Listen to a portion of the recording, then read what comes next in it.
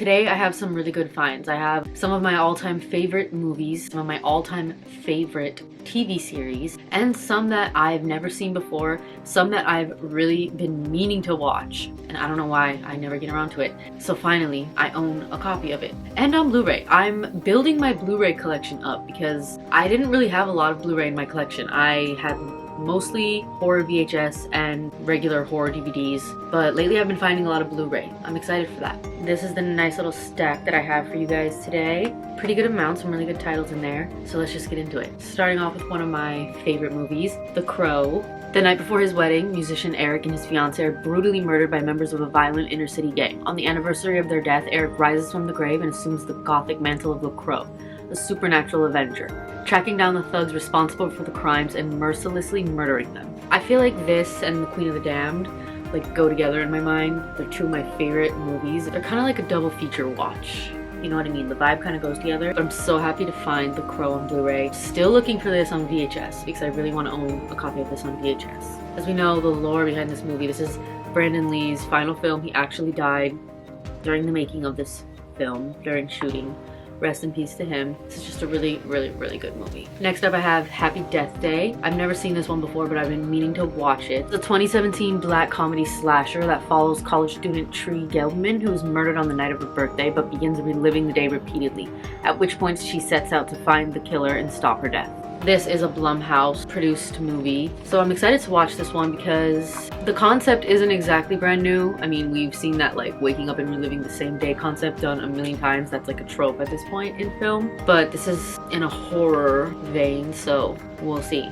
Next up I found Final Destination 5. This is the 2011 fifth movie in the Final Destination series. During a bus ride with his colleagues to a corporate retreat, Sam experiences a horrifying vision. The suspension bridge that they and many others are crossing starts to crumble around them. When his vision ends and almost immediately starts to come true, Sam takes quick action that saves a number of people, including his girlfriend Molly and his best friend Peter. However, the survivors soon find that death will not be denied. This is in 3D. This is the first and I think the only film in the Final Destination franchise to be on 3D, and this is around that time when 3D was the craze. Everything was being shot and done on 3D. Next I found Paranormal Activity 4. The Paranormal Activity franchise is one of those movies that scared me when I was younger. I remember seeing it in theaters when it was like first coming out. And now that I'm older, I feel like I need to do a rewatch and see if I still feel the same way about it, but I've never seen Paranormal Activity 4.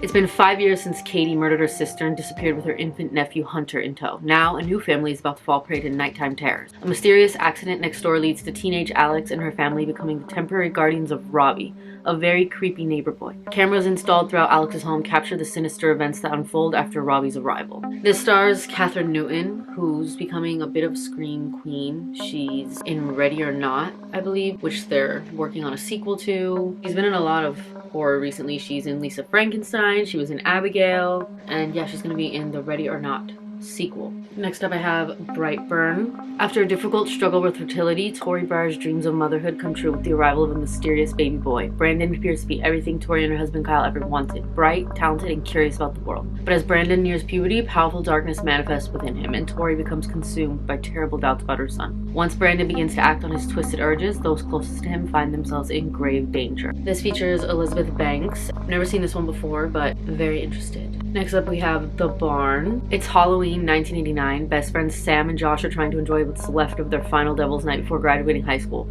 But trouble arises when the two pals and a group of friends take a detour on their way to a rock concert, finding an old abandoned barn and awakening the evil inside and resurrecting a deadly curse. This just sounds like a really interesting watch. I'm not sure if this is like an indie movie or what. Excited to find out. Next I have John Carpenter's The Ward. This is starring Amber Heard, and this is actually the last film that John Carpenter has worked on and put out. A 2010 American supernatural psychological horror film directed by John Carpenter. Set in 1966, the film chronicles the story of a young woman who is institutionalized after setting fire to a house and who finds herself haunted by the ghost of a former inmate at the psychiatric ward. I've never seen this one. I'm interested to watch it, but the reviews for it online seem overwhelmingly negative. Most people seem to be saying that it doesn't offer anything new and the twist is predictable, but then some people are saying that it's like a return to form for John Carpenter and a nice watch if you're a fan of his work. I am. Next I have Crimson Peak. I love the cover of this so much. This whole movie overall is just beautiful. I've literally been seeing stills of this movie online for so long, and I've been meaning to watch it for the longest. I don't know why I haven't. This is one of those ones, so I'm glad to finally own this, even though I should have watched it already a long time ago. A 2015 gothic romance film directed by Guillermo del Toro. After marrying the charming and seductive Sir Thomas Sharp, young Edith finds herself swept away to his romantic gothic mansion in the English hills. Also living there is Lady Lucille, Thomas's alluring sister and protector of her family's dark secret. Able to communicate with the dead, Edith tries to decipher the mystery behind the ghostly visions that haunt her new home. As she comes closer to the truth, Edith may learn that true monsters are made of flesh and blood. This is just like the perfect gothic Victorian dark horror vibe. Can't wait to watch this. Next I have Satan's Blade. This one just looks so fun. This is a 1984 slasher film about a man living near a remote mountain resort who begins terrorizing the ski lodge after he's possessed by an evil spirit of an ancient mountain man, potentially linked to a supernatural entity. This is just like a classic 80s slasher film. On the back here it says, one of the lesser known entries in the annals of the 80s slasher film. An eerie slice of US regional terror ripe for rediscovery by horror fans. Ooh, that sounds interesting. It says this was shot in Big Bear, California in 1980 and released in 1984. I love Big Bear. It's so beautiful there. Big Bear just has like the classic 80s cabin in the woods, Camp Crystal Lake vibe to it. Perfect setting for a slasher horror movie. This is probably gonna be such a fun watch. Next I have The Twilight Zone Season 1 on Blu-ray. The Twilight Zone is seriously one of my favorite TV shows of all time. And look at this copy. It's sealed. It's literally so perfect. I don't even want to open it, but I want to watch this because it has so many cool exclusive features that are included on here. It's all 36 episodes of the first season of Rod Serling's classic groundbreaking series, now presented in pristine high definition for the first time ever, along with hours of new and exclusive bonus features. Some of the bonus features that it says it includes are rare, never before released in the US, the unofficial pilot episode, The Time Element, which is written by Rod Serling and hosted by Desi Arnaz. I need to see that. There's 19 new audio commentaries, Twilight Zone companion, interviews with the actors, Tales of Tomorrow episode, What You Need, vintage audio interviews, 1977 syndication promos, 18 radio dramas, 34 isolated music scores. Also includes a lot more. There's a lot. This is thick.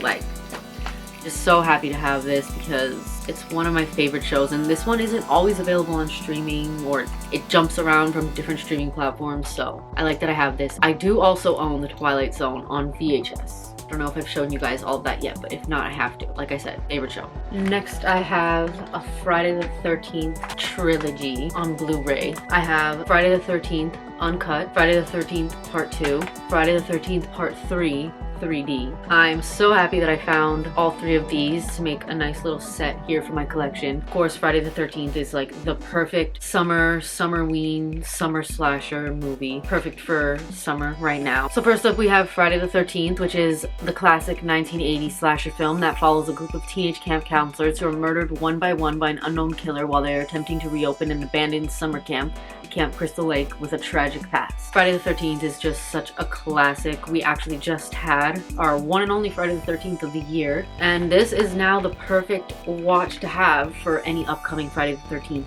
festivities. Then we have Friday the 13th Part 2. The second entry in the long-running horror series focuses on a group of teenage would-be counselors converging on Camp Crystal Lake for training. Inevitably, Paul relates the story of Jason Voorhees, a boy who ostensibly drowned at the camp and whose mother murdered a group of counselors in revenge. No one takes the tale seriously until a very much alive Jason begins gruesomely eliminating people. Then we have Friday the 13th Part 3, 3D. The third installment in the Friday the 13th series picks up on the day after the carnage, with homicidal maniac Jason Voorhees stealing some clothes and killing a local store owner. Meanwhile, Chris and her boyfriend are hosting a group of teenage friends at Chris's lake house. Despite a run-in with a local biker gang, they enjoy an amicable weekend together. That is, until Jason begins knocking off kids and bikers alike. This is the only film in the whole Friday the 13th franchise that was filmed on 3D. Choosing to film this on 3D actually caused like a lot of problems in the filming of it and caused filming to last months longer than it was supposed to. It's actually kind of interesting that this is on 3D because this came out in the 80s, so this is like early 3D technology, so it's probably pretty interesting to see. And this was actually supposed to be the last installment in the Friday the 13th trilogy, and it was intended to end as a trilogy, but as we all know, that didn't happen. So yes, I now have a collection of Friday the 13th movies on Blu-ray. I picked up another little trilogy of movies, which is Hatchet 2, Hatchet 3, and the successor of those, which is Victor Crowley. I need Hatchet 1. That would complete this little collection here, but these are all on Blu-ray as well, and they star a reigning Scream Queen, Danielle Harris. Love her. Let's start with Hatchet 2. A 2010 slasher film follows Mary Beth as she escapes the clutches of the deformed swamp-dwelling killer Victor Crowley. This sounds crazy intense, like a wild backwoods ride. I'm excited to see that. It literally sounds like the premise of a Halloween Horror Nights haunted house. I don't know, but the whole like bayou vibe. Moving on to Hatchet 3. This is the 2013 sequel to Hatchet 2, third installment in the series. Mary Beth joins forces with a policeman and his ex-wife to put an end to the murderous rampage of an axe-wielding maniac Victor Crowley. So it sounds like we're picking up right where we left off and just continuing the terror. Then I picked up Victor Crowley. And funny enough, when I got this, I actually didn't know that it was a part of the Hatchet series. I just thought this name was pretty cool with the Crowley and everything, and I was interested in that. And then I found out later that it goes with these two movies, so cool. 2017 supernatural slasher, which is the sequel to Hatchet 3 and serves as the fourth installment in the Hatchet film series. The lone survivor of a 2007 massacre is forced to return to the Honey Island swamp, only to find that murderer Victor Crowley has been resurrected. By the way, Victor Crowley is played by Kane Hodder, which is the iconic Jason Voorhees. So that's really cool and is just a fun little thing to note while watching these movies, which I'm excited to get into. So that is my horror Blu-ray DVD haul. If you made it this far, let me know in the comments which movie out of these was your favorite. I really can't believe we're almost halfway through summer already. Like, we're moving on to fall, and quickly. Like, Halloween is already appearing in the stores. Let me know if you want me to make a video going Halloween hunting. Halloween hunting in the summer. I mean, we have Christmas in July. I guess we're gonna do Halloween in June. That kind of has a ring to it. Halloween in June. I like it. June is my birthday month, so I don't mind sprinkling in a little Halloween there as well. Make sure to like and subscribe. Make sure you subscribe because I'm gonna have a lot of really cool content coming really soon. Thanks for watching, and I'll see you guys really soon.